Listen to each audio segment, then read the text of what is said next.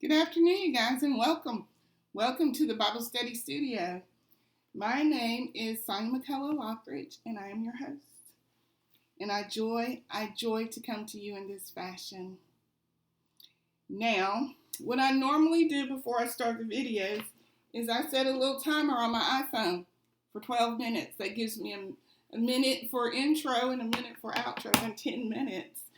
And I say that in case any of you ever determine that this is something that you might like to do, then you will know the ins and outs of how I've kind of figured out how to do this. Now, although there was a mistake in our journal, I will be correcting that when I create the new journal that goes with the giveaway Bibles, which I have kind of crossed over, and I'm using the giveaway Bible. It's easy for me to listen to the text if I'm doing something, and then usually I always have to come back and read it because I am a visual learner, and so therefore I do not learn well auditorially. But I'm very, very thankful to just be starting out in 1 Samuel and to just go to 1 Samuel 15 in some ease. Now, so that's what brings us today to 1 Samuel, who was an Ephraite. Anyway, he's from Ephraim. He's an Ephraite. And the name that we have at the beginning of this chapter is Elkanah. Elkanah had 2 wives. Am I pronouncing that correctly? Elkanah had 2 wives. One wife was named Peninnah, which we don't hear a whole lot about. And he had another wife named Hannah. Peninnah had children. Hannah did not. And Peninnah was in the habit of making fun of Hannah all the time for not having children. Whenever they would go to the temple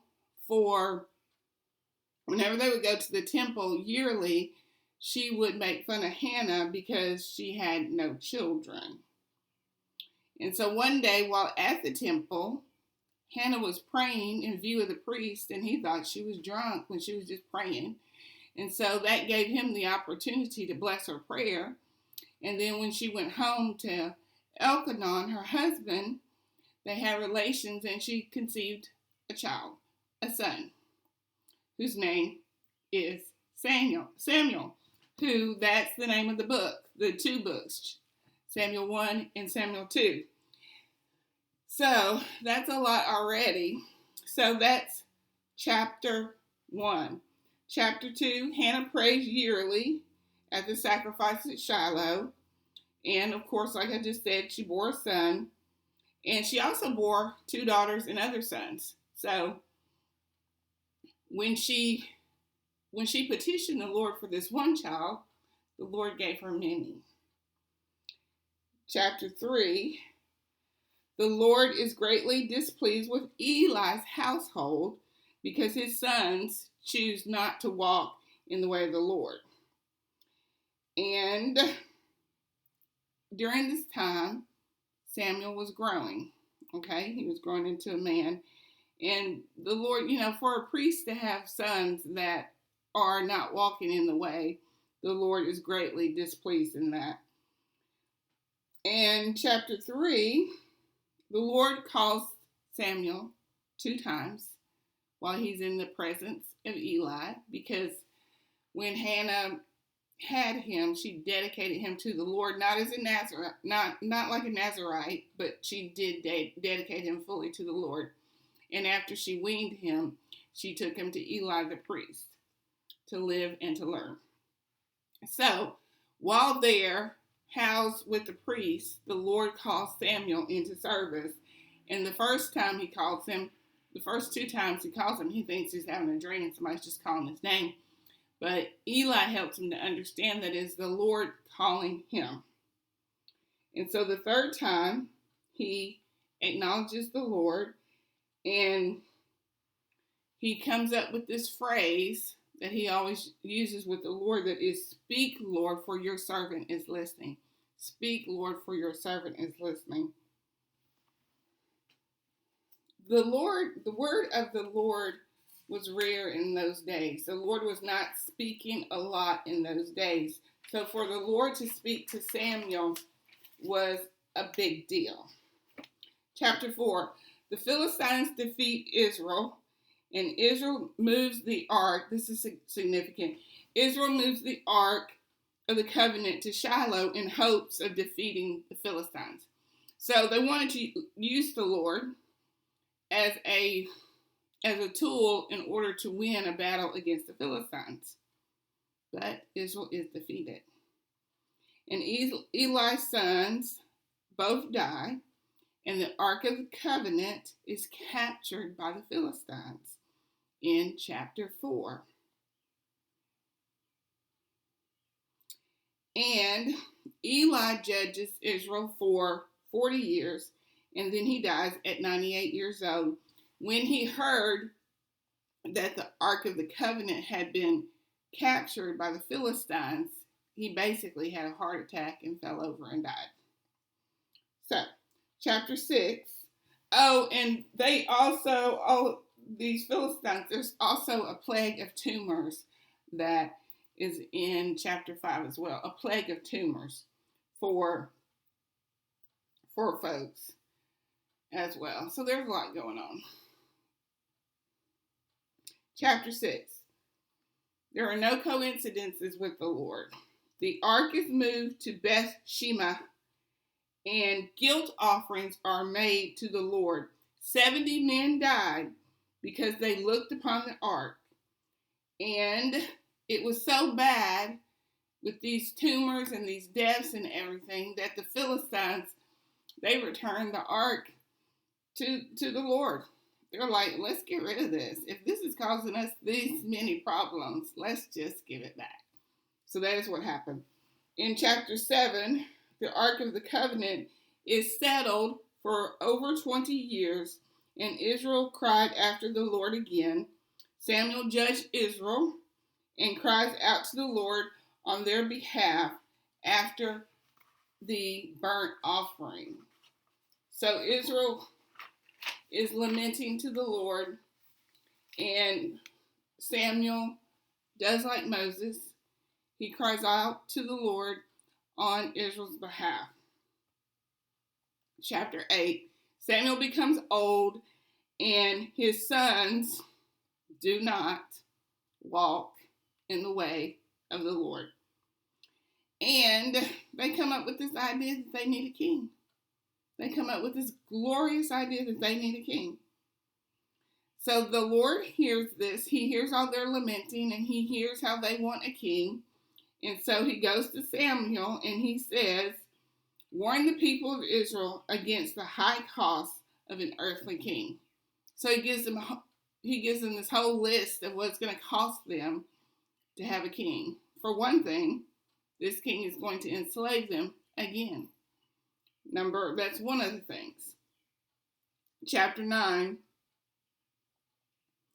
Saul, the Benjamite, meets Samuel, the seer, which means prophet. In chapter 9, a significant meeting that the Lord arranged for Saul, a Benjamite, to meet Samuel, the seer and the prophet. And they do meet, and it's the beginning of the call of Saul as the king of Israel. Chapter 11, the Spirit of the Lord rushes on Saul, and he defeats the Ammonites.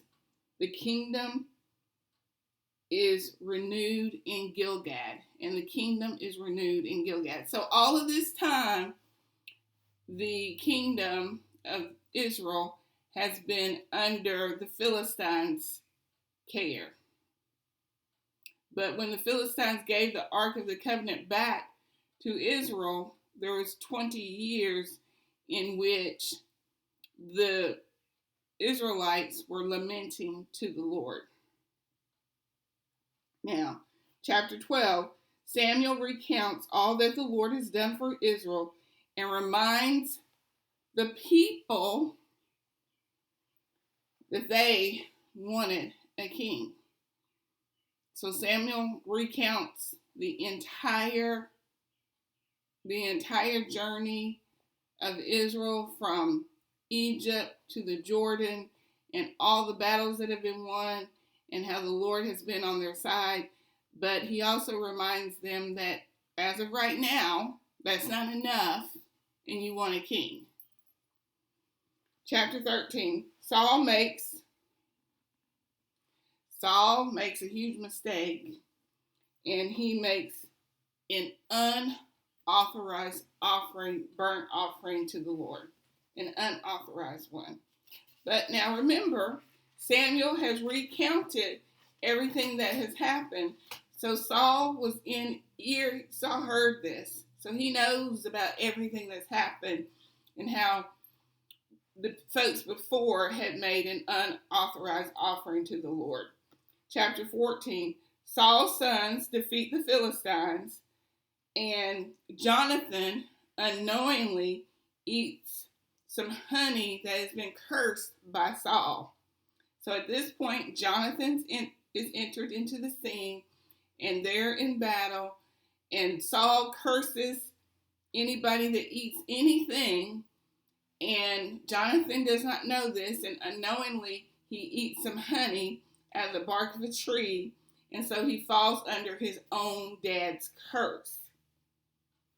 Saul fights everyone and wins, and he spent all of his days fighting the Philistines. The entire life of Saul was filled with fighting the Philistines.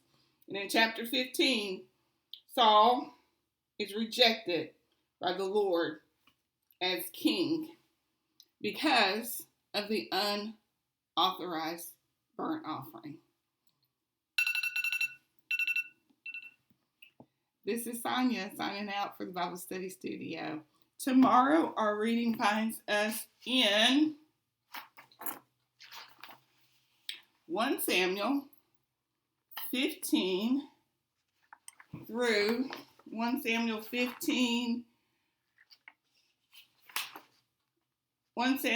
15:35 or 16:1 through 1 Samuel 28:19. Another 15 chapters.